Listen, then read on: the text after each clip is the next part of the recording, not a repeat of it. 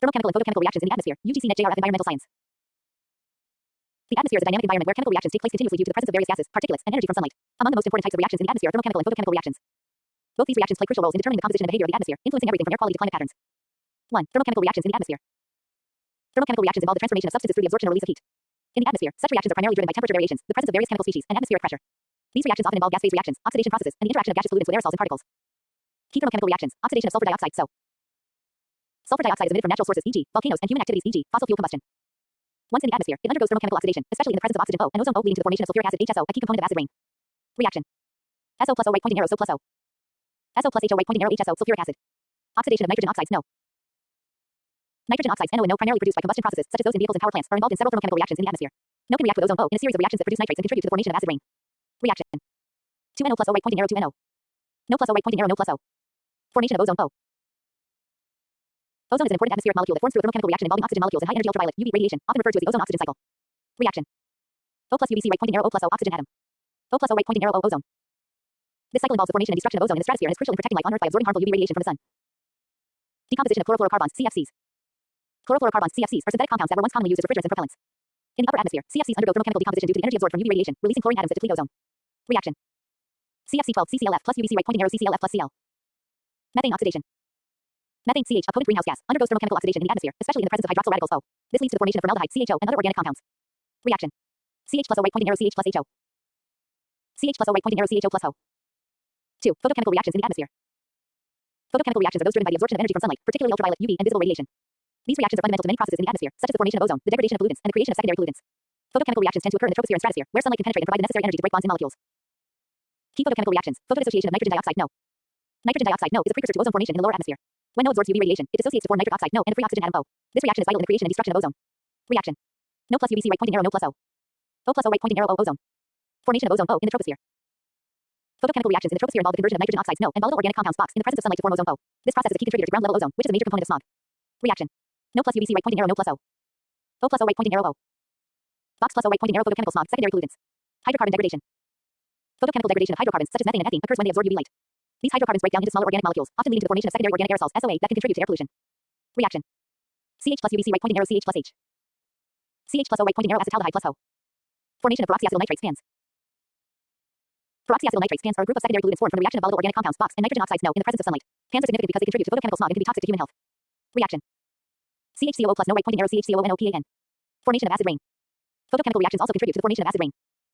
Sulfur dioxide, SO, and nitrogen oxides, NO, when exposed to sunlight, are oxidized to form sulfuric acid, HSO, and nitric acid, HNO, both of which can combine with water vapor to create acid rain. Reaction: SO plus O right pointing arrow SO. SO plus HO right pointing arrow HSO, acid rain. NO plus O right pointing arrow NO plus O. Health and environmental impacts of thermochemical and photochemical reactions. Health impacts. Thermochemical and photochemical reactions can lead to the formation of harmful pollutants such as ozone and PANS, which can irritate the eyes, lungs, and throat. Ground level ozone, in particular, is associated with respiratory problems, asthma, and other cardiovascular issues. Climate change. The reactions involving methane, nitrogen oxides, and sulfur compounds contribute to the formation of greenhouse gases and aerosols, which influence global warming and climate change. Acid rain. The formation of sulfuric and nitric acids from thermochemical and photochemical reactions contributes to acid rain, which can damage ecosystems, forests, aquatic life, and built structures. Air quality. Photochemical smog, formed by the interaction of NO and BOX, is a major air quality concern in urban areas. It degrades visibility, reduces air quality, and impacts human health. Previous year UGC Net questions with answers. Which of the following is a primary product of the photodissociation of NO in the presence of UV radiation? A. Ozone. B. Nitric acid. C. Nitric oxide. D. Sulfur dioxide. Answer: C. Nitric oxide. UGC Net 2017. The formation of ozone in the atmosphere primarily involves which of the following reactions? A. Photodissociation of nitrogen oxides. B. Oxidation of methane. C. Photolysis of carbon dioxide. D. Decomposition of sulfuric acid. Answer: A. Photodissociation of nitrogen oxides. UGC Net 2018. Which of the following chemical reactions leads to the formation of PANS, peroxyacetyl nitrates? A. CHCOO plus NO right pointing arrow CHCONO. B. NO plus O right pointing arrow NO plus O. C. plus HO right pointing arrow HSOD. CH plus O right pointing arrow CH plus HO. Answer: A. CHCOO plus NO right pointing arrow CHCONO. UGC Net 2019. Which of the following is formed when nitrogen dioxide NO reacts with ozone O? A. Nitric oxide. B. Peroxyacetyl nitrate. C. Nitric acid. D. Nitrate aerosol. Answer: C. Nitric acid. UGC Net 2020. Which of the following gases is primarily involved in the photochemical formation of ozone? A. Methane. B. Nitrogen oxide. C. Carbon dioxide. D. Sulfur dioxide. Answer: B. Nitrogen oxide. UGC Net 2021. Conclusion.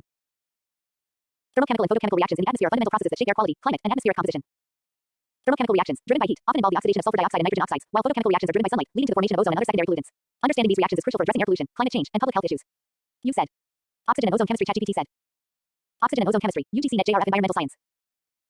Oxygen O and ozone O are two key components of Earth's atmosphere. Their chemistry is fundamental to understanding atmospheric processes, environmental health, and climate dynamics.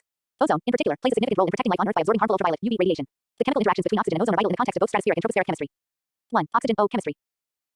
Oxygen is a diatomic molecule that constitutes approximately 21% of Earth's atmosphere. It is essential for life, respiration, and combustion processes. In atmospheric chemistry, oxygen undergoes various reactions that drive many important processes, particularly in the formation and destruction of ozone. Key oxygen reactions. Photodissociation of O. The photodissociation of oxygen molecules is a crucial process in the stratosphere. When oxygen molecules absorb high-energy UVC radiation from the sun, they dissociate into two oxygen atoms O, which are highly reactive and can further interact with other oxygen molecules to form ozone. Reaction. O plus UVC right pointing arrow O plus O oxygen atom. This reaction is critical for the formation of ozone in the stratosphere. Reaction with atomic oxygen O. The free oxygen atoms O produced by photodissociation can then combine with other O molecules to form ozone O. This is a fundamental step in the ozone-oxygen cycle in the stratosphere. Reaction. O plus O right pointing arrow O. This reaction helps establish the ozone layer, which protects Earth from harmful UV radiation. Oxygen and ozone in the ozone-oxygen cycle. In the stratosphere, oxygen and ozone are part of a dynamic equilibrium known as the ozone-oxygen cycle. UVC radiation causes the dissociation of O, which leads to the formation of O. In turn, ozone absorbs UVB and UVC radiation, breaking down into oxygen molecules and atoms, which regenerate the cycle. Cycle reactions. O plus UVC right pointing arrow O plus O. O plus O right pointing arrow O. O plus UVC right pointing arrow O plus O. O plus UVB right pointing arrow O plus O ozone depletion. 2. Ozone O chemistry. Ozone is a triatomic molecule O formed by the reaction of oxygen molecules with atomic oxygen. It is primarily found in two regions of the atmosphere, the stratosphere, where it forms the ozone layer, and the troposphere, where it is a harmful pollutant. Ozone plays a crucial role in protecting Earth from excessive UV radiation, which can cause skin cancer and damage plant life. Stratospheric ozone chemistry. Formation of ozone O. As mentioned earlier, ozone is formed in the stratosphere when free oxygen atoms O react with oxygen molecules O. This is a photochemical reaction facilitated by the energy provided by UVC radiation. Reaction. O plus O right pointing arrow O. This process is essential for creating the ozone layer, which acts as a shield, absorbing most of the sun's harmful UV radiation. Destruction of ozone O. Ozone is not a stable molecule and can decompose under the influence of UV radiation. This destruction process occurs primarily in the presence of UVC and UVB radiation, leading to the breakdown of ozone back into molecular oxygen and atomic oxygen. Reaction. O plus UVC right pointing arrow O plus O. O plus UVB right pointing arrow O plus O ozone depletion. The ozone-oxygen cycle. The ozone-oxygen cycle is a dynamic equilibrium in the stratosphere, where the formation and destruction of ozone are balanced. UV radiation from the sun plays a central role in both processes. The ozone molecules absorb and scatter UV radiation, protecting the Earth's surface from harmful radiation. This cycle maintains the concentration of ozone in the stratosphere. Ozone-oxygen cycle reactions. O plus UVC right pointing arrow O plus O. O plus O right pointing arrow O ozone formation. O plus UVC right pointing arrow O plus O ozone destruction. O plus UVB right pointing arrow O plus O ozone depletion. Tropospheric ozone chemistry. Formation of ground-level ozone. Tropospheric ozone. In the troposphere, ozone is a secondary pollutant formed through photochemical reactions involving nitrogen oxides, NO, and volatile organic compounds, SPOX. This process occurs in the presence of sunlight and results in the creation of photochemical smog. Reaction. No plus UV right pointing arrow no plus O. O plus O right pointing arrow O tropospheric ozone formation. Ground-level ozone is harmful to human health, contributing to respiratory problems, asthma, and lung damage. It is also a key component of urban smog. Destruction of ground-level ozone. Ground-level ozone is also broken down by UV radiation and other chemical reactions, especially in the presence of NO. This destruction is part of the complex dynamics of air quality and atmospheric chemistry. Reaction. O plus UVC right pointing arrow O plus O ozone decomposition. O plus No right pointing arrow O plus No ozone destruction by NO. 3. Ozone layer depletion. The depletion of the ozone layer is a significant environmental issue, as it leads to increased UV radiation reaching the Earth's surface. This process is largely driven by human-made chemicals, such as chlorofluorocarbons, CFCs, halons, and other ozone-depleting substances, ODs. These chemicals release chlorine and bromine atoms in the stratosphere, which catalytically destroy ozone molecules. Chlorine and bromine catalyze ozone depletion. Chlorine and bromine atoms, released by CFCs and halons, react with ozone molecules to break them down in a chain reaction. Each chlorine or bromine atom can destroy many ozone molecules before being deactivated. Reaction. Cl plus O right pointing arrow Cl plus O. Cl plus O right pointing arrow Cl plus O. This leads to the thinning of the ozone layer, particularly over regions like the Antarctic, resulting in the formation of an ozone hole. Montreal Protocol. The Montreal Protocol 1987 was an international agreement aimed at phasing out the use of ozone-depleting substances, leading to significant recovery of the ozone layer over the decades. The treaty has been largely successful in reducing the emissions of CFCs and other harmful chemicals. 4. Health and environmental impacts of ozone. Stratospheric ozone. The ozone layer plays a crucial role in shielding Earth from harmful UV radiation. The ozone layer plays a crucial role in shielding Earth from harmful UV radiation, which can cause skin cancer, cataracts, and damage to immune systems in humans. It also protects aquatic ecosystems and agricultural crops from UV damage. Tropospheric ozone. Ground-level ozone is harmful to human health, contributing to respiratory problems, lung diseases, and asthma. It also damages crops, forests, and other vegetation, reducing agricultural productivity. Climate impact. Both ozone depletion and ground-level ozone formation are important contributors to climate change. Ozone in the stratosphere helps regulate Earth's temperature by absorbing UV radiation, while ozone in the troposphere is a potent greenhouse gas that contributes to global warming. Previous year UGC net questions with answers. What is the primary cause of the depletion of the ozone layer? A. Carbon dioxide. B. Nitrogen oxides. C. Chlorofluorocarbons. D. Methane. Answer. C. Chlorofluorocarbons. UGC net 2017. Which of the following reactions is involved in the formation of ozone in the stratosphere? A. O plus O right pointing arrow O. B. O plus UVC right pointing arrow O plus O. C. No plus O right pointing arrow no plus O. D. Both and B. Answer. D. Both and B. UGC net 2019.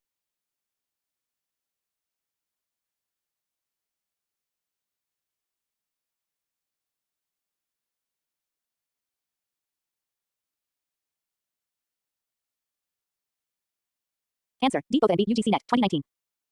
Which chemical compound is primarily responsible for ozone depletion in the stratosphere? A. Nitrogen dioxide. B. Sulfur dioxide. C. Chlorine. D. Methane. Answer. C. Chlorine. UGC net 2020. What is the role of ozone in the troposphere? A. It protects against UV radiation. B. It contributes to ground level smog. C. It absorbs CO. D. It contributes to the greenhouse effect. Answer. B. It contributes to ground level smog. UGC net 2021. Conclusion. The chemistry of oxygen and ozone is fundamental to understanding the Earth's atmosphere and its ability to support life. While oxygen molecules form ozone in the stratosphere, creating the ozone layer that protects life, ozone at ground level is a harmful pollutant. Understanding the balance between the formation and destruction of ozone, as well as the environmental impact of ozone depletion, is crucial for environmental protection efforts and addressing climate change. You said. Photochemical smog. ChatGPT said. Photochemical smog. UGC net JRF Environmental Science. Photochemical smog is a complex mixture of air pollutants that form when sunlight reacts with certain chemicals, primarily nitrogen oxides, NO, and volatile organic compounds, SPOX, in the atmosphere. It is a significant urban air pollution problem, particularly in cities with high traffic and industrial activities, and is most commonly seen in sunny, warm climates. Photochemical smog is harmful to both human health and the environment, contributing to respiratory problems, cardiovascular diseases, and ecosystem damage. 1. Formation of photochemical smog. The formation of photochemical smog is primarily driven by sunlight, which acts as an energy source to initiate a series of chemical reactions involving nitrogen oxides, NO, and volatile organic compounds, SPOX. These compounds are emitted from vehicle exhaust, industrial activities, and the burning of fossil fuels. Key steps in photochemical smog formation: emission of NO and SPOX. Nitrogen oxides, NO, including nitrogen dioxide, NO, and nitric oxide, NO, are emitted from vehicles, power plants, and industrial processes. Volatile organic compounds, box, or released from vehicle exhaust, fuel vapors, industrial emissions, and even natural sources like trees. Sunlight and photochemical reactions. Sunlight, particularly UV radiation, provides the energy required for the photodissociation of nitrogen dioxide, no, into nitrogen oxide, no, and an oxygen atom, O. Reaction. No plus UV, a right pointing arrow, no plus O, oxygen atom. Formation of ozone, O.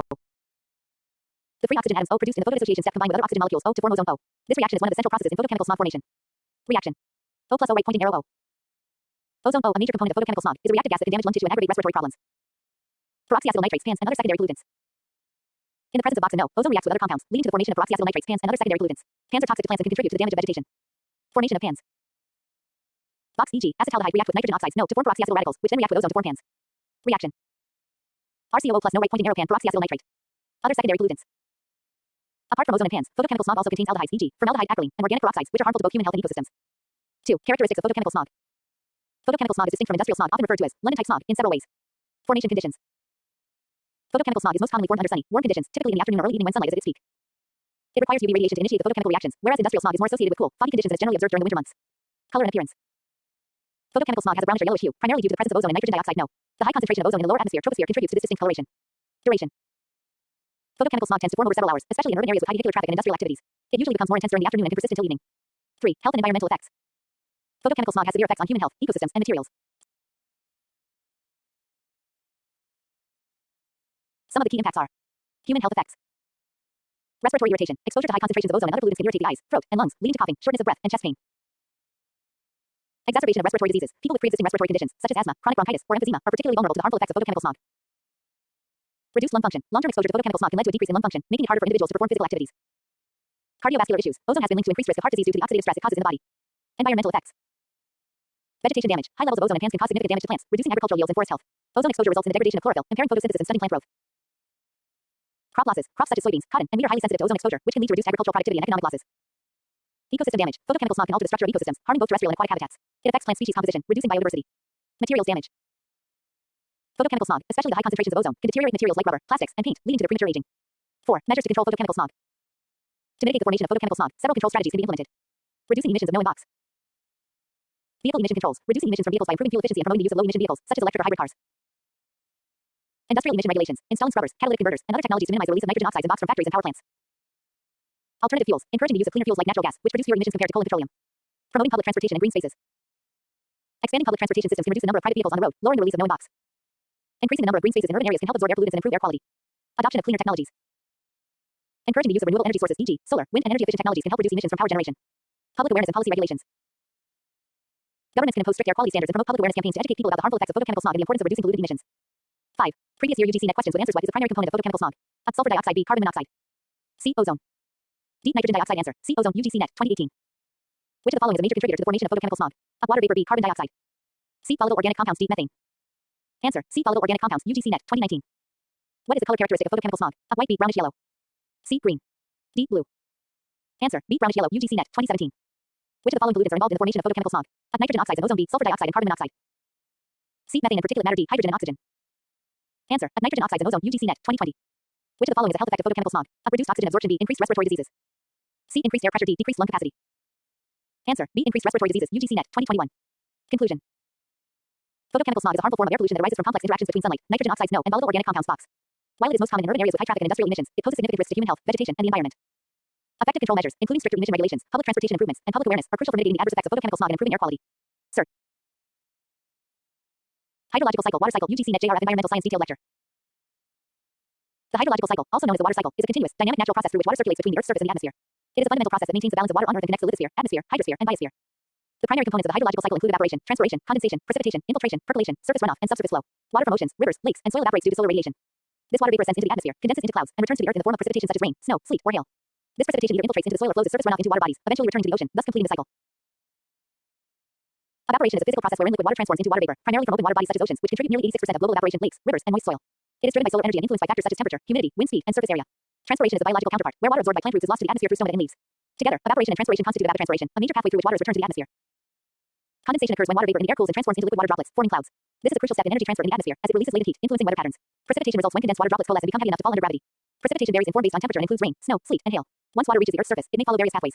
Infiltration is the process by which water enters the soil. The rate of infiltration depends on soil texture, moisture content, vegetation cover, and land use.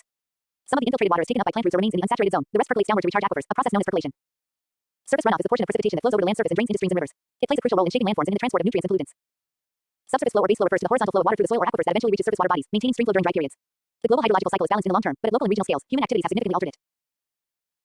Anthropogenic impacts such as deforestation, urbanization, dam construction, wetland drainage, and climate change have disrupted natural hydrological pathways. Deforestation reduces transpiration and interception, increasing surface runoff and erosion. Urbanization leads to increased impervious surfaces like concrete, reducing infiltration and enhancing flash floods. Large dams store water, altering downstream flow regimes and sediment transport. Climate change has intensified the hydrological cycle by altering precipitation patterns, increasing evaporation, and leading to more frequent and severe droughts and floods. The hydrological cycle is also linked with the biogeochemical cycles such as the carbon and nitrogen cycles. For instance, microbial activity in soils that regulates nutrient cycling is highly dependent on soil moisture. Additionally, the hydrological cycle regulates the distribution of freshwater resources, influences weather and climate, supports ecosystem functions, and plays a critical role in agriculture and industry. Understanding this cycle is essential for water resource management, flood and drought mitigation, and environmental planning. Furthermore, the concept of hydrological residence time is important in understanding the average time a water molecule stays in a particular reservoir. Oceans have the longest residence time, thousands of years, while the atmosphere has the shortest, around 9 to 10 days. The largest store of freshwater on Earth is locked in glaciers and ice caps, while groundwater is the largest source of usable freshwater. The global water budget is a balance between inputs and outputs of water in different compartments of the Earth. Changes in this budget due to melting glaciers, sea level rise, or groundwater depletion indicate anthropogenic stress on the hydrological system. Modern hydrology integrates satellite data, remote sensing, geographic information systems (GIS), and hydrological models like SWOT soil and water assessment tool or MikeSheet to monitor and predict water movement. These models assist in flood forecasting, watershed management, and environmental impact assessments. Concepts like integrated water resource management (IWRM) and sustainable development goal 6 clean water and sanitation emphasize managing the hydrological cycle sustainably to ensure equitable access to water and resilience against hydrological extremes. Previous year questions with answers. UGC Net Environmental Science. Which of the following processes in the hydrological cycle is influenced both by solar energy and vegetation? A. Condensation. B. Transpiration. C. Percolation. D. Precipitation. Answer. B. Transpiration. UGC NET 2022. Which component of the hydrological cycle contributes most to the atmospheric water vapor globally? A. Evaporation from lakes. B. Transpiration from forests. C. Evaporation from oceans. D. Surface runoff. Answer. C. Evaporation from oceans. UGC NET 2020. The residence time of water is shortest in which of the following reservoirs? A. Ocean. B. Atmosphere. C. Groundwater. D. Lakes. Answer. B. Atmosphere. UGC NET 2019. The hydrological cycle, also known as the water cycle, is a continuous, dynamic natural process through which water circulates between the Earth's surface and the atmosphere. It is a fundamental process that maintains the balance of water on Earth and connects the lithosphere, atmosphere, hydrosphere, and biosphere. The primary components of the hydrological cycle include evaporation, transpiration, condensation, precipitation, infiltration, percolation, surface runoff, and subsurface flow. Water from oceans, rivers, lakes, and soil evaporates due to solar radiation. This water vapor ascends into the atmosphere, condenses into clouds, and returns to the Earth in the form of precipitation such as rain, snow, sleet, or hail. This precipitation either infiltrates into the soil or flows as surface runoff into water bodies, eventually returning to the ocean, thus completing the cycle. Evaporation is a physical process wherein liquid water transforms into water vapor, primarily from open water bodies such as oceans, which contribute nearly 86% of global evaporation, lakes, rivers, and moist soil. It is driven by solar energy and influenced by factors such as temperature, humidity, wind speed, and surface area. Transpiration is the biological counterpart, where water absorbed by plant roots is lost to the atmosphere through stomata and leaves. Together, evaporation and transpiration constitute evapotranspiration, a major pathway through which water is returned to the atmosphere. Condensation occurs when water vapor in the air cools and transforms into liquid water droplets, forming clouds. This is a crucial step in energy transfer in the atmosphere, as it releases latent heat, influencing weather patterns. Precipitation results when condensed water droplets coalesce and become heavy enough to fall under gravity. Precipitation varies in form based on temperature and includes rain, snow, sleet, and hail. Once water reaches the Earth's surface, it may follow various pathways. Infiltration is the process by which water enters the soil. The rate of infiltration depends on soil texture, moisture content, vegetation cover, and land use. Some of the infiltrated water is taken up by plant roots or remains in the unsaturated zone. The rest percolates downward to recharge aquifers, a process known as percolation. Surface runoff is the portion of precipitation that flows over the land surface and drains into streams and rivers. It plays a crucial role in shaping landforms and in the transport of nutrients and pollutants. Subsurface flow or base flow refers to the horizontal flow of water through the soil or aquifers that eventually reaches surface water bodies, maintaining stream flow during dry periods. The global hydrological cycle is balanced in the long term, but at local and regional scales, human activities have significantly altered it. Anthropogenic impacts such as deforestation, urbanization, dam construction, wetland drainage, and climate change have disrupted natural hydrological pathways. Deforestation reduces transpiration and interception, increasing surface runoff and erosion. Urbanization leads to increased impervious surfaces like concrete, reducing infiltration and enhancing flash floods. Large dams store water, altering downstream flow regimes and sediment transport. Climate change has intensified the hydrological cycle by altering precipitation patterns, increasing evaporation, and leading to more frequent and severe droughts and floods. The hydrological cycle is also linked with the biogeochemical cycles such as the carbon and nitrogen cycles. For instance, microbial activity in soils that regulates nutrient cycling is highly dependent on soil moisture. Additionally, the hydrological cycle regulates the distribution of freshwater resources, influences weather and climate, supports ecosystem functions, and plays a critical role in agriculture and industry. Understanding this cycle is essential for water resource management, flood and drought mitigation, and environmental planning. Furthermore, the concept of hydrological residence time is important in understanding the average time a water molecule stays in a particular reservoir. Oceans have the longest residence time, thousands of years, while the atmosphere has the shortest, around 9 to 10 days. The largest store of freshwater on Earth is locked in glaciers and ice caps, while groundwater is the largest source of usable freshwater. The global water budget is a balance between inputs and outputs of water in different compartments of the Earth. Changes in this budget due to melting glaciers, sea level rise, or groundwater depletion indicate anthropogenic stress on the hydrological system. Modern hydrology integrates satellite data, remote sensing, geographic information systems (GIS), and hydrological models like SWOT soil and water assessment tool or MikeSheet to monitor and predict water movement. These models assist in flood forecasting, watershed management, and environmental impact assessment.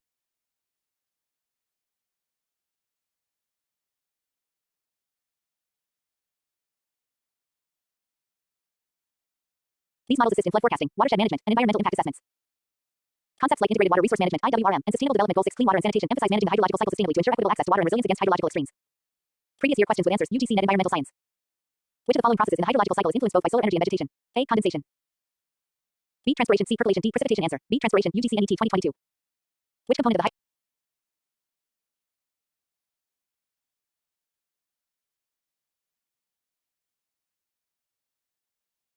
hydrological cycle contributes most to the atmospheric water vapor globally? A. Evaporation from lakes.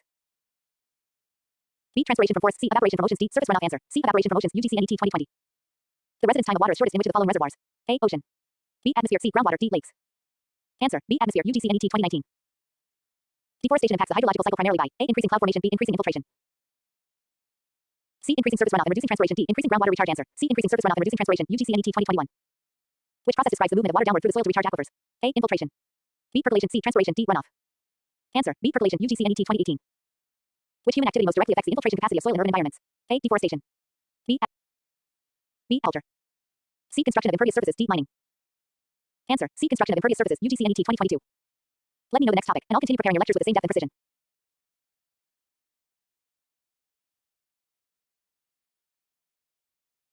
You said. Water is a universal solvent. ChatGPT said. Here is your UGC NET JRF Environmental Science High Quality Exam Level Lecture on Water as a Universal Solvent, written in dense paragraph form, with no tables, maximum word limit, and including 5 to 6 previous year questions with answers in year mentioned. This is tailored precisely for cracking the exam. Water is a universal solvent. UGC NET JRF Environmental Science Detailed Lecture. Water is known as a universal solvent because it has the extraordinary ability to dissolve more substances than any other liquid. This unique property stems from its polar molecular structure and hydrogen bonding capacity, which makes it capable of interacting with a wide range of solutes, including ions, polar molecules, and gases. The water molecule HO is a bent, polar molecule with a partial negative charge near the oxygen atom and a partial positive charge near the hydrogen atoms. This polarity creates an uneven charge distribution, allowing water to surround and interact with various chemical species, breaking them apart and keeping them in solution. This feature is fundamental in facilitating countless biological, chemical, and environmental processes. When ionic compounds like salts are introduced into water, the positive and negative ions are pulled apart by the oppositely charged ends of water molecules through hydration or solvation. For example, when sodium chloride NaCl is dissolved in water, water molecules surround the non-Cl ions, reducing electrostatic attractions and keeping the ions dispersed in solution. Similarly, polar covalent substances such as sugars, alcohols, and amino acids dissolve in water due to the formation of hydrogen bonds between the solute molecules in water. Nonpolar substances, however, such as oils and fats, do not dissolve well in water due to the lack of polarity and inability to form hydrogen bonds. The role of water as a universal solvent is essential in biogeochemical cycles, cellular metabolism, nutrient transport, waste removal, and chemical weathering. Within living organisms, water serves as the medium in which biochemical reactions occur, such as hydrolysis, ion exchange, and acid-base reactions. In the environment, water facilitates the transport of nutrients and contaminants in soil, groundwater, rivers, and oceans. It also acts as a solvent for gases such as oxygen and carbon dioxide, enabling aquatic respiration and photosynthesis. Moreover, water's high dielectric constant reduces electrostatic forces between charged particles, further enhancing its dissolving capacity. In soils, water dissolves essential minerals and nutrients, making them bioavailable to plants via root uptake. In aquatic ecosystems, dissolved oxygen, carbon dioxide, nitrates, phosphates, and metals exist in ionic or molecular form, contributing to primary conductivity and biochemical interactions. Water solubility is also crucial in acid rain formation, leaching of heavy metals, groundwater contamination, and eutrophication, where nutrients like nitrogen and phosphorus are mobilized into water bodies due to their solubility. Furthermore, water serves a critical role in climate regulation and atmospheric chemistry. Soluble gases such as CO, SO, and NO are absorbed by atmospheric water droplets, leading to acid precipitation and long-range transport of pollutants. In industrial processes, water is extensively used as a solvent in chemical reactions, extractions, and formulations. In nuclear reactors, it is used as a coolant and solvent for boron compounds that control the fission process. In the pharmaceutical and food industries, the purity and solvency of water are tightly controlled to ensure product safety and consistency. The unique thermal properties of water, including high specific heat of vaporization, and cohesion, make it not only a solvent but also an efficient medium for thermal regulation in organisms and ecosystems. These properties, combined with its solvent nature, make water indispensable in the functioning of the biosphere, ecological balance, biochemical systems, and sustainability of life. The solvent property is also exploited in water treatment processes like ion exchange, reverse osmosis, and activated carbon filtration, where contaminants are dissolved and separated based on solubility, polarity, and chemical interactions. However, the same property that makes water a universal solvent also makes it vulnerable to pollution. Water can dissolve a wide range of contaminants, including heavy metals like arsenic, mercury, organic pollutants like pesticides, PAHs, and microbial pathogens. This poses a challenge in water quality management, requiring comprehensive monitoring of dissolved solids, chemical oxygen demand (COD), biochemical oxygen demand (BOD), and conductivity as indicators of dissolved substances. The solubility of these compounds in water can vary with temperature, pH, and pressure, making aquatic toxicity studies essential for environmental impact assessments. In summary, water's role as a universal solvent is foundational to life, geochemistry, and environmental systems. Its solvent action not only enables life-sustaining chemical processes but also underlines the importance of water conservation, pollution prevention, and integrated environmental management strategies. Previous year questions with answers. UGC NET Environmental Science. Water is called a universal solvent because A. It has a high surface tension. B. It can dissolve polar as well as nonpolar substances. C. It has high specific heat. D. It can dissolve more substances than any other liquid. Answer. D. It can dissolve more substances than any other liquid. UGC NET 2021. Which property of water makes it an effective solvent for ionic compounds? A. High boiling point. B. Polarity and hydrogen bonding. C. Low viscosity. D. Low surface tension. Answer. B. Polarity and hydrogen bonding. UGC NET 2022. In aquatic ecosystems, dissolved oxygen is crucial. It remains dissolved due to A. Covalent bonding. B. Polarity of water. C. High pH of water. D. Density of water. Answer. B. Polarity of water. UGC NET 2020. Which of the following is least likely to dissolve in water? A. Sodium chloride. B. Ethanol. C. Glucose. D. Benzene. Answer. D. Benzene. UGC NET 2019. Why is water considered a good medium for biochemical reactions? A. It is nonpolar. B. It is non-reactive. C. It can dissolve a variety of polar and ionic substances. D. It has low density. Answer. C. It can dissolve a variety of polar and ionic substances. UGC NET 2022. What property of water allows it to carry nutrients through soil to plant roots? A.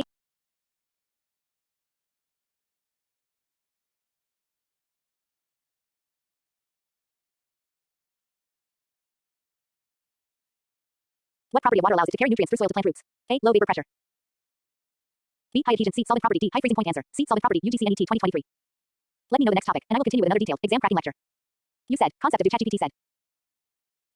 Here is your UGC NET JRF Environmental Science High Quality Maximum Detail Lecture on Concept of Dissolved Oxygen. DO crafted at JRF level based on previous year question trends. It's written in dense paragraph format, without tables, no wasted space, and includes 5 to 6 previous year questions with answers and years mentioned. Concept of dissolved oxygen. UGC NET JRF Environmental Science Detailed Lecture.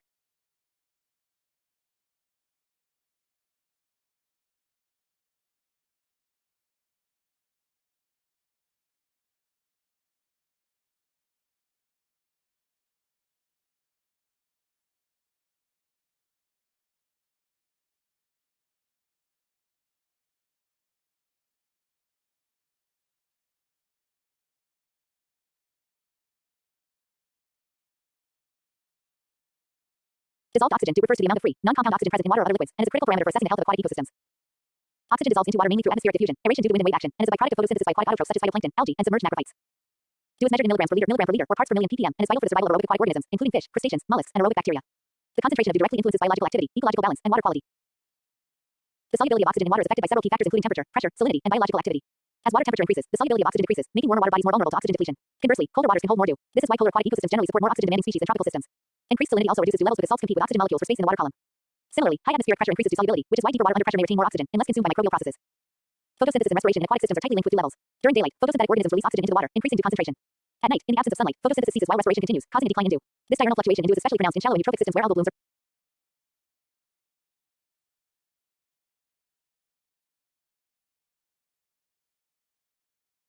dissolved oxygen. Dew refers to the amount of free, non-compound oxygen present in water or other liquids, and is a critical parameter for assessing the health of aquatic ecosystems. Oxygen dissolves into water mainly through atmospheric diffusion, aeration due to wind and wave action, and is a byproduct of photosynthesis by aquatic autotrophs such as phytoplankton, algae, and submerged macrophytes. Dew is measured in milligrams per liter, or parts per million ppm, and is vital for the survival of aerobic aquatic organisms, including fish, crustaceans, mollusks, and aerobic bacteria. The concentration of dew directly influences biological activity, ecological balance, and water quality. The solubility of oxygen in water is affected by several key factors including temperature, pressure, salinity, and biological activity. As water temperature increases, the solubility of oxygen decreases, making warmer water bodies more vulnerable to oxygen depletion. Conversely, colder waters can hold more dew. This is why polar aquatic ecosystems generally support more oxygen-demanding species than tropical systems. Increased salinity also reduces dew levels because salts compete with oxygen molecules for space in the water column. Similarly, high atmospheric pressure increases dew solubility, which is why deeper water under pressure may retain more oxygen and less consumed by microbial processes. Photosynthesis and respiration in aquatic systems are tightly linked with dew levels.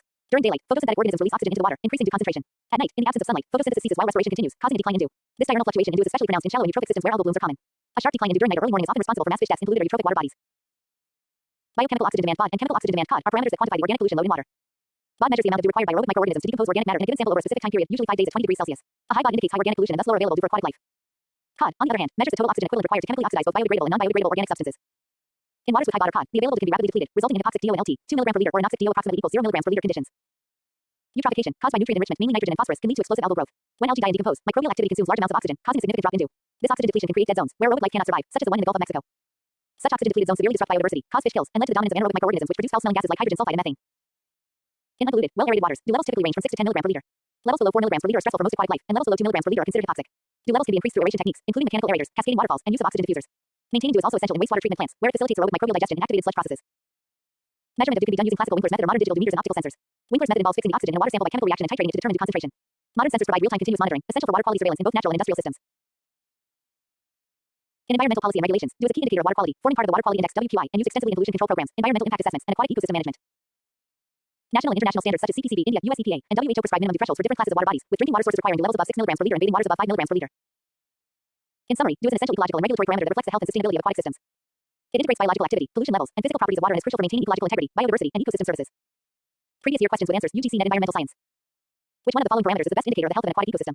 A. pH. B. COD. C. BOD. D. Dew. Answer. DTO. UGC NET 2019. A decrease in dissolved oxygen content of water is most likely caused by A. Photosynthesis by aquatic plants. B. Turbulent mixing. C. Decomposition of organic matter. D. Low temperature. Answer. C. Decomposition of organic matter. UGC NET 2020. The main reason for fish kills in eutrophic water bodies is A. Low pH. B. High carbon dioxide. C. Low dissolved oxygen. D. High temperature. Answer. C. Low dissolved oxygen. UGC NET 2021. What does a high BOD value indicate about a water body? A. High dissolved oxygen and good quality. B. High organic pollution and low dew. C. Low organic matter. D. High salinity. Answer. B. High organic pollution and low dew. UGC NET 2022. Which one of the following is used in the measurement of DO by the Winkler's method? A. Silver nitrate.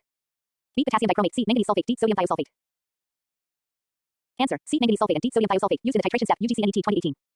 Which one of the following defines hypoxic conditions in aquatic ecosystems? A. Dew and LT 1 mg per liter.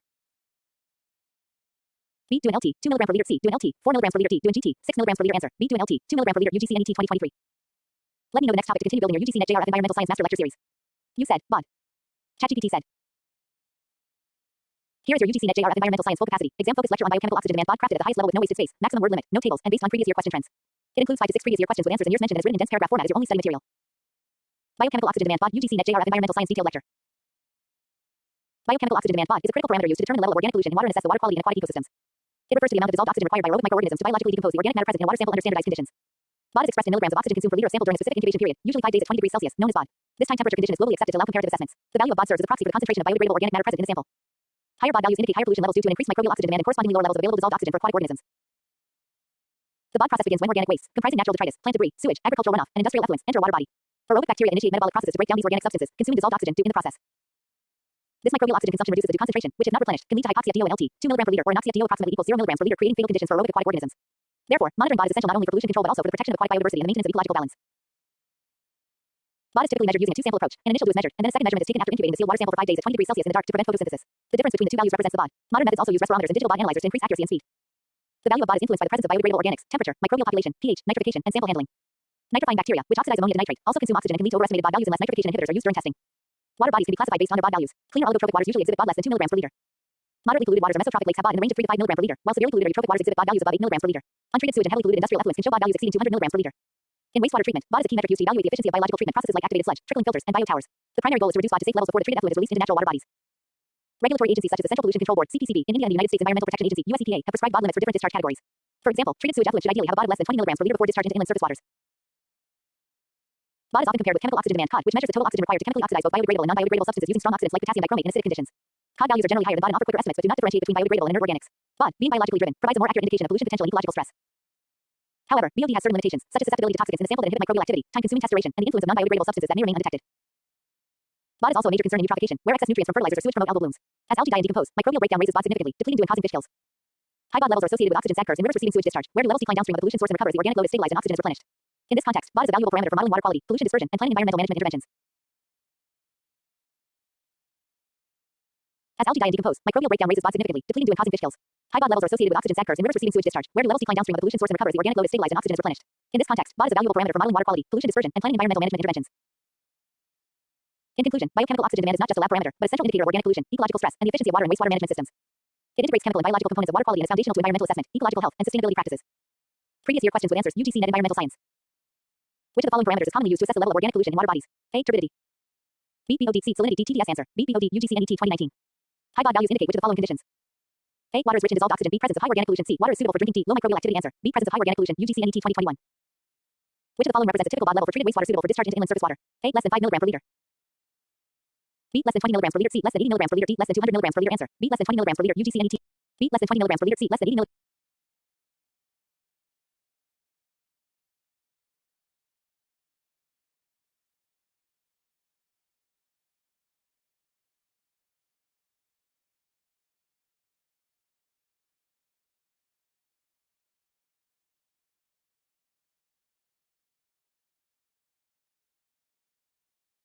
B. Less than 20 milligrams per liter. C. Less than 80 milligrams per liter. D. Less than 200 milligrams per liter. Answer. B. Less than 20 milligrams per liter. UGC NET 2022. BOD test duration under standard conditions is A. 3 days at 25 degrees Celsius. B. 7 days at 15 degrees Celsius. C. 5 days at 20 degrees Celsius. D. 10 days at 10 degrees Celsius. Answer. C. 5 days at 20 degrees Celsius. UGC NET 2018. If a water body has BOD and GT, 8 milligrams per liter, it is classified as A. Clean. B. Slightly polluted. C. Moderately polluted. D. Heavily polluted. Answer. D. Heavily polluted. UGC NET 2023. In BOD estimation, which of the following statements is true?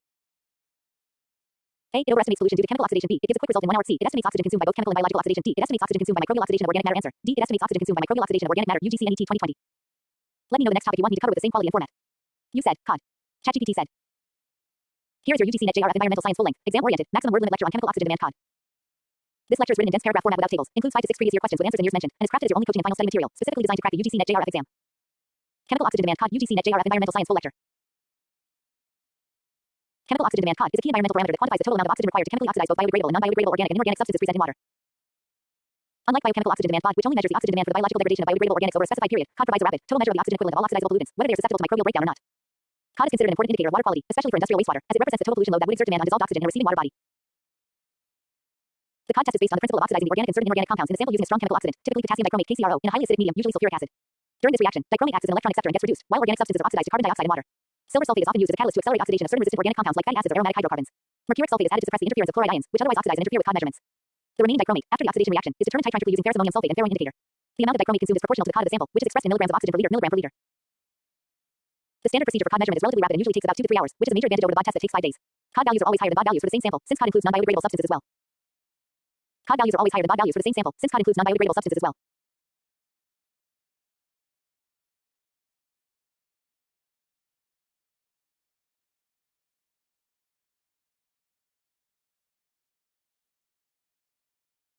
For instance, a water sample with a BOD of 200 milligrams per liter may have a COD of 500 milligrams per liter or more, depending on the presence of chemically oxidizable but biologically inert substances like detergents, pesticides, phenols, or heavy hydrocarbons.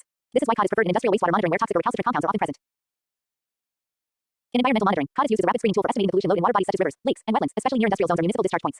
High COD levels indicate poor water quality and high oxygen demand, which can severely affect aquatic organisms by depleting the dissolved oxygen concentration. COD is also a critical parameter in wastewater treatment design and monitoring. It is used to assess the performance efficiency of primary, secondary, and tertiary treatment processes. For example, in secondary treatment units like activated sludge processes or sequencing batch reactors (SBRs), the reduction in COD values across stages helps evaluate the effectiveness of organic load removal. The ratio of BOD to COD (BOD) is often used to assess the biodegradability of a wastewater sample. A BOD-COD ratio of about 0.5 indicates that a significant portion of organic matter is biodegradable and can be treated biologically, whereas a ratio below 0.3 suggests the predominance of non-biodegradable compounds requiring advanced treatment methods like ozonation, activated carbon absorption, or membrane filtration.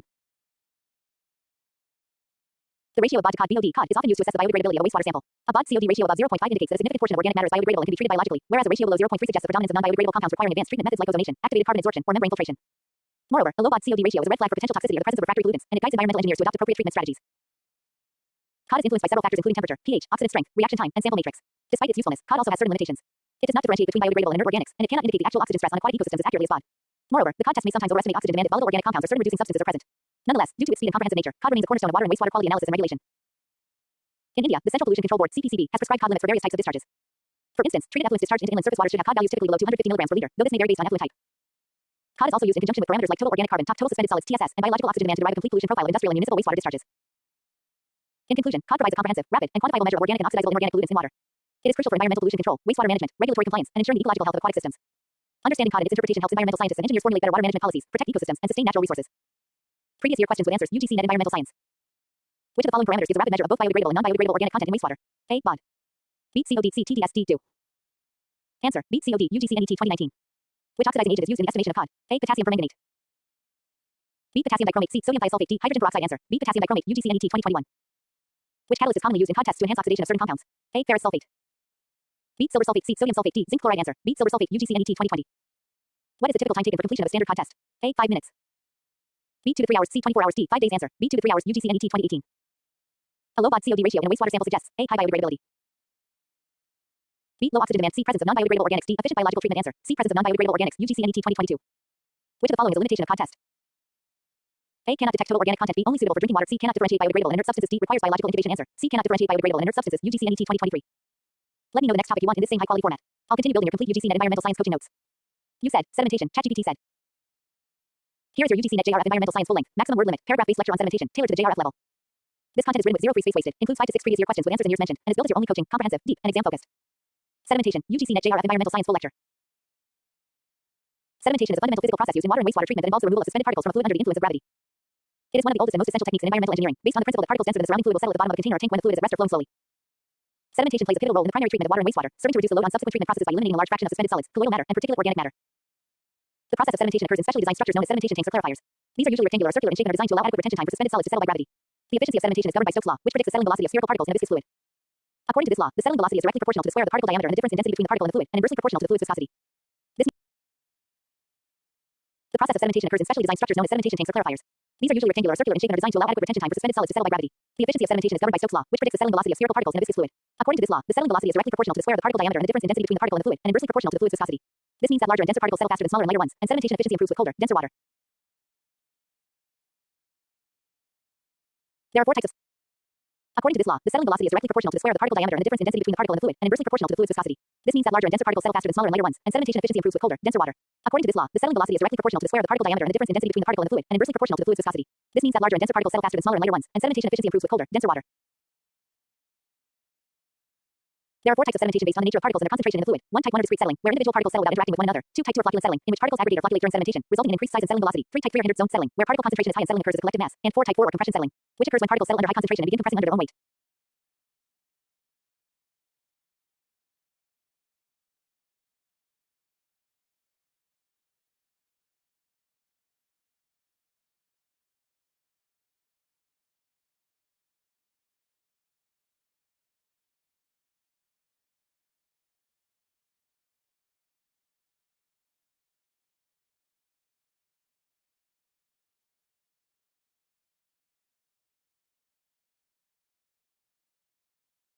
Key operational parameters affecting sedimentation include surface overflow rate, sort detention time, weir loading rate, sludge removal frequency, and tank geometry. Surface overflow rate, also known as surface loading rate, is critical as it determines the rate at which water can be processed without resuspending settled solids. Lower store values generally lead to better removal of suspended solids. Detention time, typically ranging from 2 to 6 hours, must be sufficient to allow particles to settle but not too long to cause septic conditions or sludge resuspension. The inlet and outlet designs of the sedimentation tank must ensure uniform flow distribution and minimize turbulence to maximize sedimentation efficiency. Sedimentation is not only vital in conventional water treatment but also in natural ecosystems, where it governs the deposition of sediments in lakes, rivers, wetlands, and reservoirs. Sedimentation influences geomorphological processes, aquatic habitats, and water clarity. Excessive sedimentation due to anthropogenic activities such as deforestation, mining, construction, and agricultural runoff can lead to siltation of water bodies, reduced storage capacity of reservoirs, and degradation of aquatic ecosystems. In environmental impact assessments (EIA), sedimentation is studied as a key parameter to evaluate the impact of land use changes and watershed development on surface water bodies. In wastewater treatment, primary sedimentation removes 50-70% of suspended solids and 25-40% of biochemical oxygen demand (BOD) depending on influent characteristics. The efficiency of sedimentation can be improved by using coagulants like aluminum ferric salts, which convert colloidal particles into cellulose blocks. Advanced sedimentation techniques include lamellar clarifiers, incline plate settlers that reduce tank size by increasing the settling surface area, and high-rate settlers designed for compact installations. In sludge management, sedimentation also helps in thickening and dewatering processes before final disposal or treatment. Sedimentation, being a gravity-driven process, is energy efficient and cost-effective.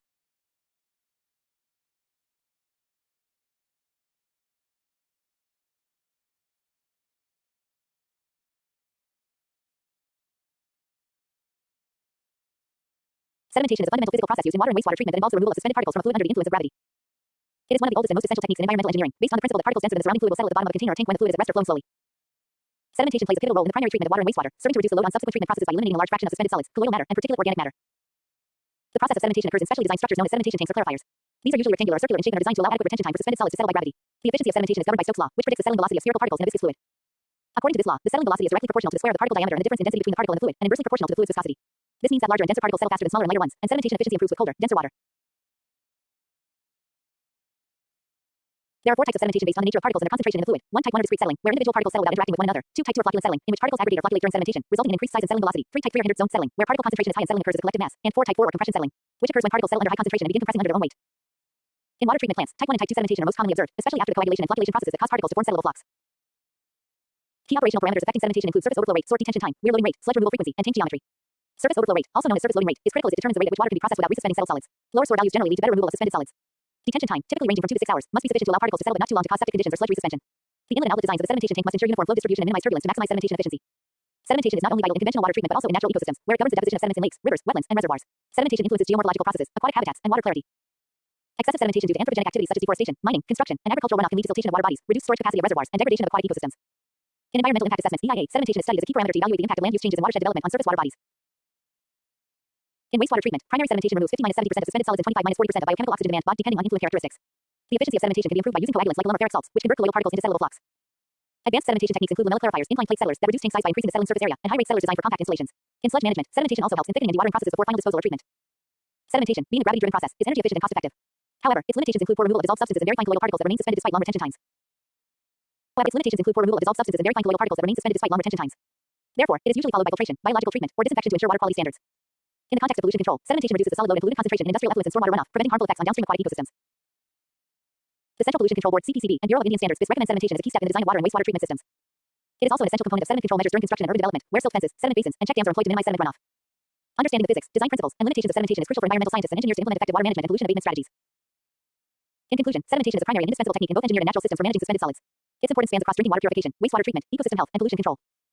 Mastery of its mechanisms, design, and applications is vital for clearing the UGC NET JRF examination in environmental science, especially in units related to environmental chemistry, water treatment, and pollution control. Previous year questions with answers. UGC NET Environmental Science.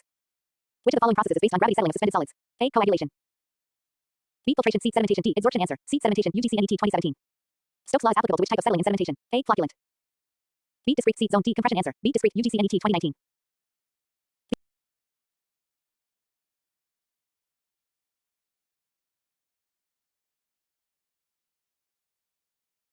The efficiency of sedimentation is governed by Stokes' law, which predicts the settling velocity of spherical particles in a viscous fluid.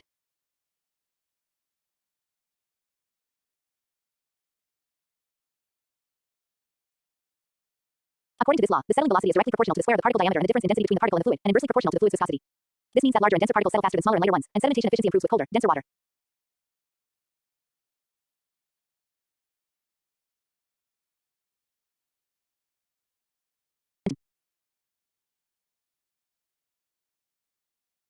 Stokes' law is applicable to which type of settling in sedimentation? Stokes' law is applicable to which type of settling in sedimentation? A. Flocculant. B. Discrete. C. Zone. D. Compression. Answer. B. Discrete. UGC NET 2019. The efficiency of sedimentation tank is increased by A. Increasing detention time and reducing turbulence. B. Adding disinfectants.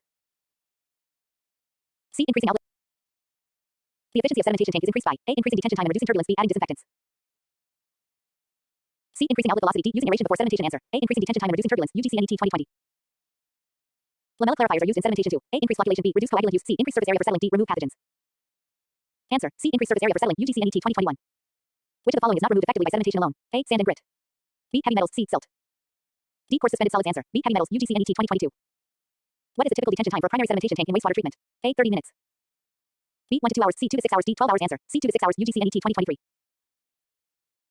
Let me know the next topic, like coagulation, flocculation, filtration, etc., and I'll continue building your complete environmental science UGC NET JRF coaching series in this same maximum depth format. You said coagulation. ChatGPT said. Here is your UGC NET JRF environmental science high standard, maximum length, paragraph style lecture on coagulation, tailored from base to advanced level, with zero space wasted and 5 to 6 previous year questions with answers and years included. This is crafted as your only coaching material, based strictly on exam trends and previously asked areas. Coagulation. UGC NET JRF environmental science detailed lecture. Coagulation is a critical process in water and wastewater treatment that involves the destabilization of colloidal particles suspended in water, allowing them to aggregate into larger particles that can be removed through subsequent sedimentation or filtration. Colloids in water are electrically charged, usually negatively, which causes mutual repulsion and prevents them from aggregating or settling. These particles include clay, organic matter, microorganisms, and color-causing compounds. The primary objective of coagulation is to neutralize the charges on these colloids, thereby initiating the aggregation process. Coagulation is almost always followed by flocculation. Coagulation. UGC NET JRF environmental science detailed lecture. Coagulation is a critical process in water and wastewater treatment that involves the destabilization of colloidal particles suspended in water, allowing them to aggregate into larger particles that can be removed through subsequent sedimentation or filtration. Colloids in water are electrically charged, usually negatively, which causes mutual repulsion and prevents them from aggregating or settling. These particles include clay, organic matter, microorganisms, and color-causing compounds. The primary objective of coagulation is to neutralize the charges on these colloids, thereby initiating the aggregation process. Coagulation is almost always followed by flocculation, which facilitates the gentle mixing needed to form settleable or filterable flocks. Together, coagulation and flocculation form the basis of conventional water treatment systems and play an indispensable role in producing potable water.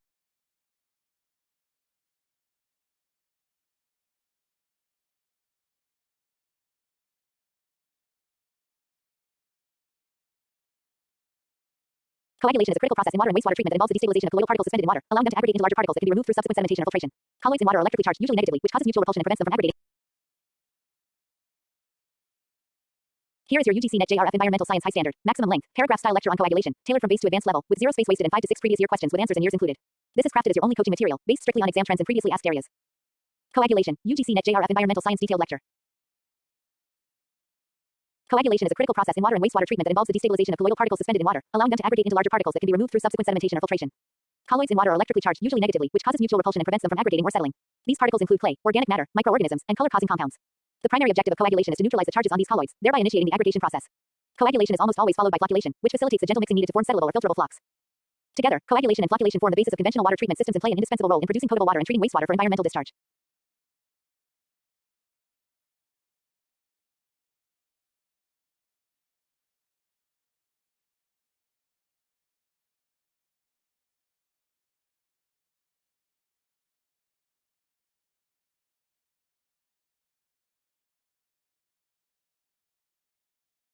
In the coagulation process, chemical coagulants are added to water to neutralize particle charges.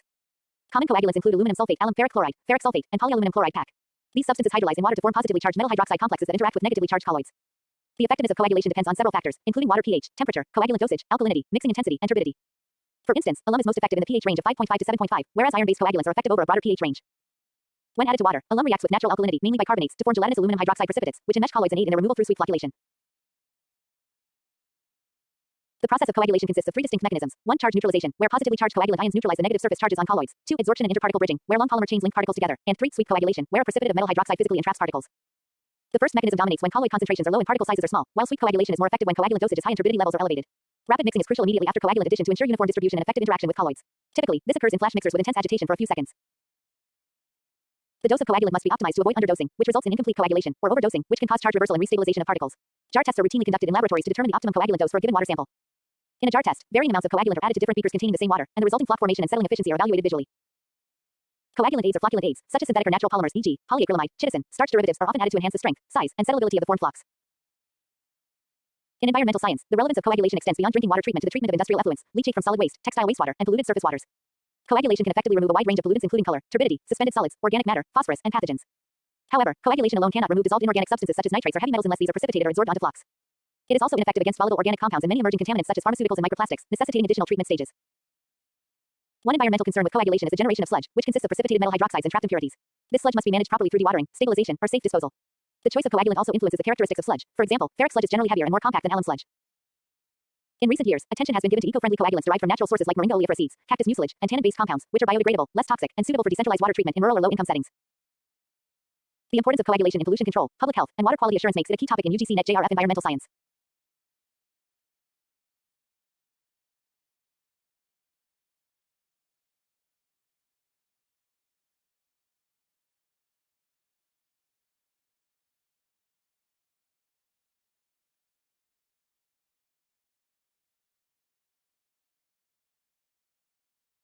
In the coagulation process, chemical coagulants are added to water to neutralize particle charges. Common coagulants include aluminum sulfate, alum ferric chloride, ferric sulfate, and polyaluminum chloride PAC. These substances hydrolyze in water to form positively charged metal hydroxide complexes that interact with negatively charged colloids. The effectiveness of coagulation depends on several factors, including water pH, temperature, coagulant dosage, alkalinity, mixing intensity, and turbidity. For instance, alum is most effective in the pH range of 5.5 to 7.5, whereas iron-based coagulants are effective over a broader pH range. When added to water, alum reacts with natural alkalinity, mainly bicarbonates, to form gelatinous aluminum hydroxide precipitates, which enmesh colloids and aid in their removal through sweet flocculation. The process of coagulation consists of 3 distinct mechanisms. 1. Charge neutralization, where positively charged coagulant ions neutralize the negative surface charges on colloids. 2. Adsorption and interparticle bridging, where long polymer chains link particles together. And 3. Sweet coagulation, where a precipitate of metal hydroxide physically entraps particles. The first mechanism dominates when colloid concentrations are low and particle sizes are small, while sweet coagulation is more effective when coagulant dosage is high and turbidity levels are elevated. Rapid mixing is crucial immediately after coagulant addition to ensure uniform distribution and effective interaction with colloids. Typically, this occurs in flash mixers with intense agitation for a few seconds. The dose of coagulant must be optimized to avoid underdosing, which results in incomplete coagulation, or overdosing, which can cause charge reversal and restabilization of particles. Jar tests are routinely conducted in laboratories to determine the optimum coagulant dose for a given water sample. In a jar test, varying amounts of coagulant are added to different beakers containing the same water, and the resulting floc formation and settling efficiency are evaluated visually. Coagulant aids or flocculant aids, such as synthetic or natural polymers, e.g., polyacrylamide, chitosan, starch derivatives, are often added to enhance the strength, size, and settleability of the formed flocs. In environmental science, the relevance of coagulation extends beyond drinking water treatment to the treatment of industrial effluents, leachate from solid waste, textile wastewater, and polluted surface waters. Coagulation can effectively remove a wide range of pollutants including color, turbidity, suspended solids, organic matter, phosphorus, and pathogens. However, coagulation alone cannot remove dissolved inorganic substances such as nitrates or heavy metals unless these are precipitated or absorbed onto flocs. It is also ineffective against volatile organic compounds and many emerging contaminants such as pharmaceuticals and microplastics, necessitating additional treatment stages. One environmental concern with coagulation is the generation of sludge, which consists of precipitated metal hydroxides and trapped impurities. This sludge must be managed properly through dewatering, stabilization, or safe disposal. The choice of coagulant also influences the characteristics of sludge. For example, ferric sludge is generally heavier and more compact than alum sludge. In recent years, attention has been given to eco-friendly coagulants derived from natural sources like moringa oleifera seeds, cactus mucilage, and tannin-based compounds, which are biodegradable, less toxic, and suitable for decentralized water treatment in rural or low-income settings. The importance of coagulation in pollution control, public health, and water quality assurance makes it a key topic in UGC NET JRF environmental science.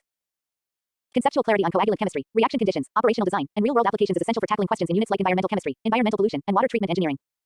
Since coagulation efficiency directly affects downstream treatment steps such as sedimentation, filtration, and disinfection, it is a foundational topic in designing integrated water purification systems. In summary, coagulation is a scientifically grounded, chemically driven process that plays a foundational role in water and wastewater treatment systems worldwide. It is essential for removing colloidal particles, ensuring public health safety, improving aesthetic quality of water, and complying with environmental regulations. A deep understanding of its principles, mechanisms, operational parameters, and practical applications is indispensable for clearing the UGC NET JRF exam in environmental science. Previous year questions with answers. UGC NET environmental science. The primary purpose of adding coagulants in water treatment is to A. Kill pathogens. B. Remove hardness. C. Neutralize colloidal charges. D. Adjust pH. Answer. C. Neutralize colloidal charges. UGC NET 2016. Which of the following is a commonly used chemical coagulant in water treatment? A. Calcium carbonate. B. Sodium chloride. C. Aluminum sulfate. D. Sodium hydroxide. Answer. C. Aluminum sulfate. UGC NET 2017.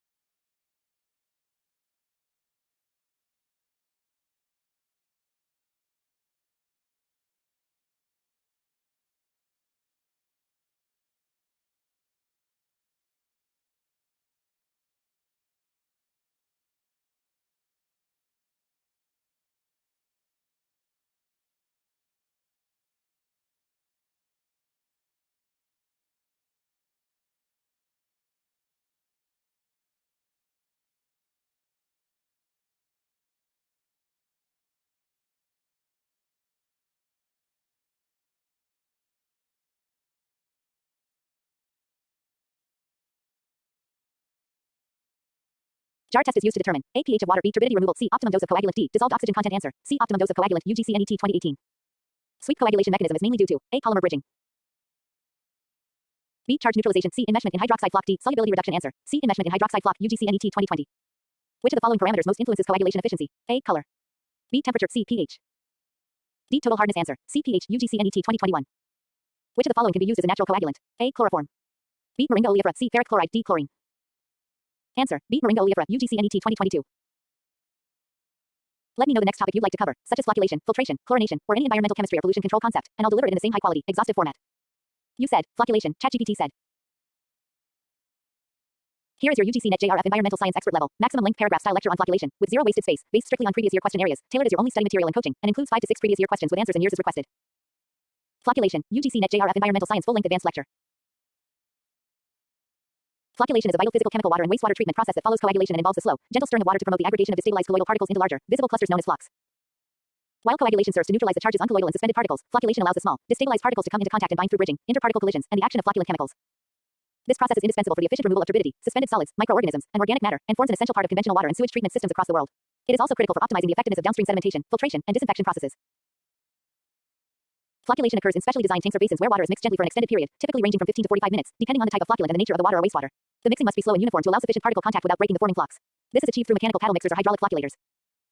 The process is commonly divided into 2 stages: parakinetic flocculation, which involves Brownian motion and occurs at the microscopic scale, and orthokinetic flocculation, which is driven by controlled hydrodynamic shear created by mixing devices. Orthokinetic flocculation is more efficient in large-scale treatment systems, as it ensures that particles of all sizes encounter one another and bond to form settleable flocs. Flocculation can be assisted by chemical agents known as flocculants or coagulant aids. These include both natural and synthetic polymers, such as polyacrylamide, PAM, polyethylene oxide, guar gum, and starch derivatives.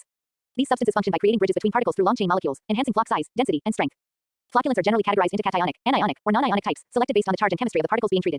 For example, cationic flocculants are ideal for negatively charged colloids, while anionic types are used when particles are positively charged. The dose and type of flocculant must be carefully optimized to avoid overdosing, which can lead to charge reversal and dispersion rather than aggregation.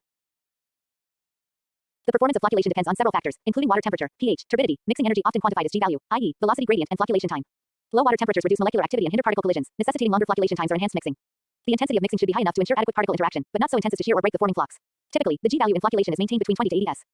Additionally, the Reynolds number and the design of the flocculation basin influence turbulence levels and residence time distribution, which affect flock growth and settlement behavior.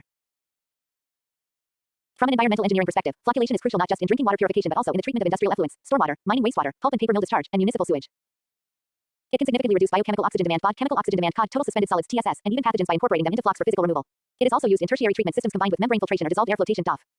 However, the success of flocculation hinges on proper coagulation beforehand. Without effective destabilization of colloids, flocculation cannot yield desirable results.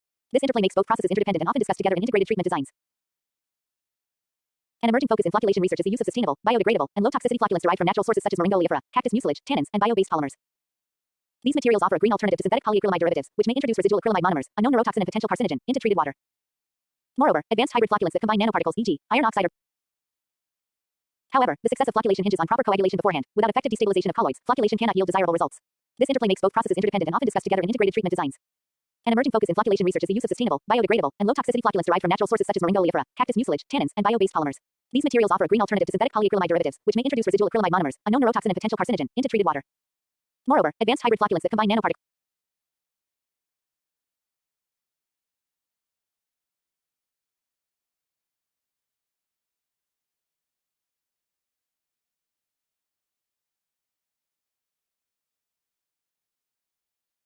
Moreover, advanced hybrid flocculants that combine nanoparticles, e.g., iron oxide or graphene, with polymers are being developed for enhanced removal of heavy metals, dyes, and microplastics.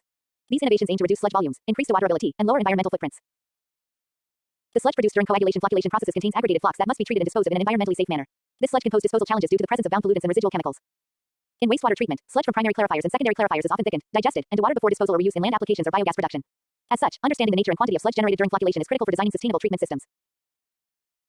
In UGC NET JRF Environmental Science, flocculation features in multiple units such as environmental chemistry, water pollution and treatment, and environmental engineering.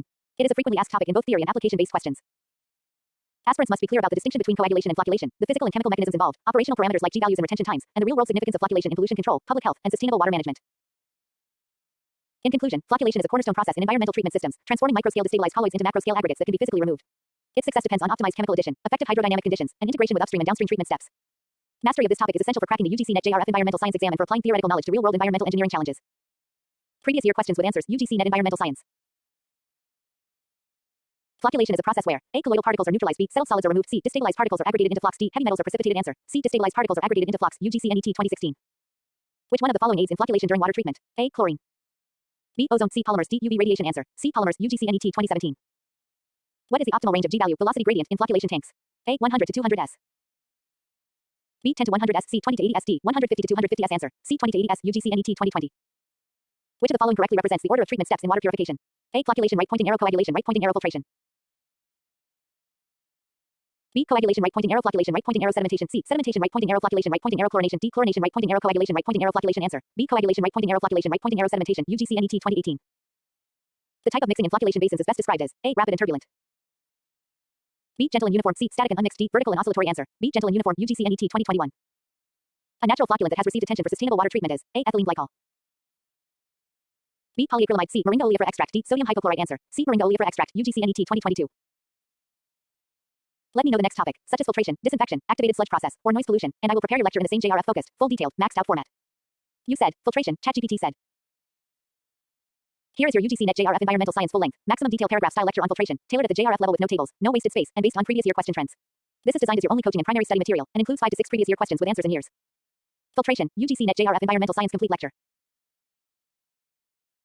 Filtration is a fundamental unit operation in water and wastewater treatment systems. Functioning as a physical process to remove suspended solids, turbidity, microorganisms, algae, and particulate organic matter from water by passing it through porous media. It plays a critical role in producing potable water, treating industrial effluents, and in tertiary treatment of municipal sewage before disinfection. While sedimentation and coagulation flocculation remove the bulk of suspended matter, filtration provides a polishing step that targets finer particles that escape earlier treatment stages. This process is indispensable for protecting downstream processes such as chlorination or UV disinfection, where particulate matter may otherwise shield microorganisms and compromise disinfection efficiency. Filtration works through several mechanisms including mechanical straining, sedimentation within the filter bed, adsorption onto the surface of filter media, and biological activity in the case of slow sand filters. The choice of mechanism depends on the type of filtration system used. The most common types include slow sand filters, rapid sand filters, pressure filters, and membrane filtration systems. Slow sand filtration, one of the oldest methods, involves passing water through a fine sand bed at a low filtration rate, typically 0.1 - 0.2 meters per hour, and relies heavily on the formation of a biologically active layer known as the Schmutz deck at the surface. This layer, composed of algae, bacteria, fungi, and protozoa, biologically degrades organic pollutants and traps pathogens, making this method highly effective for rural and small-scale applications. It is low-cost, sustainable, and efficient but requires large land area and long downtime for maintenance. Rapid sand filters, on the other hand, operate at high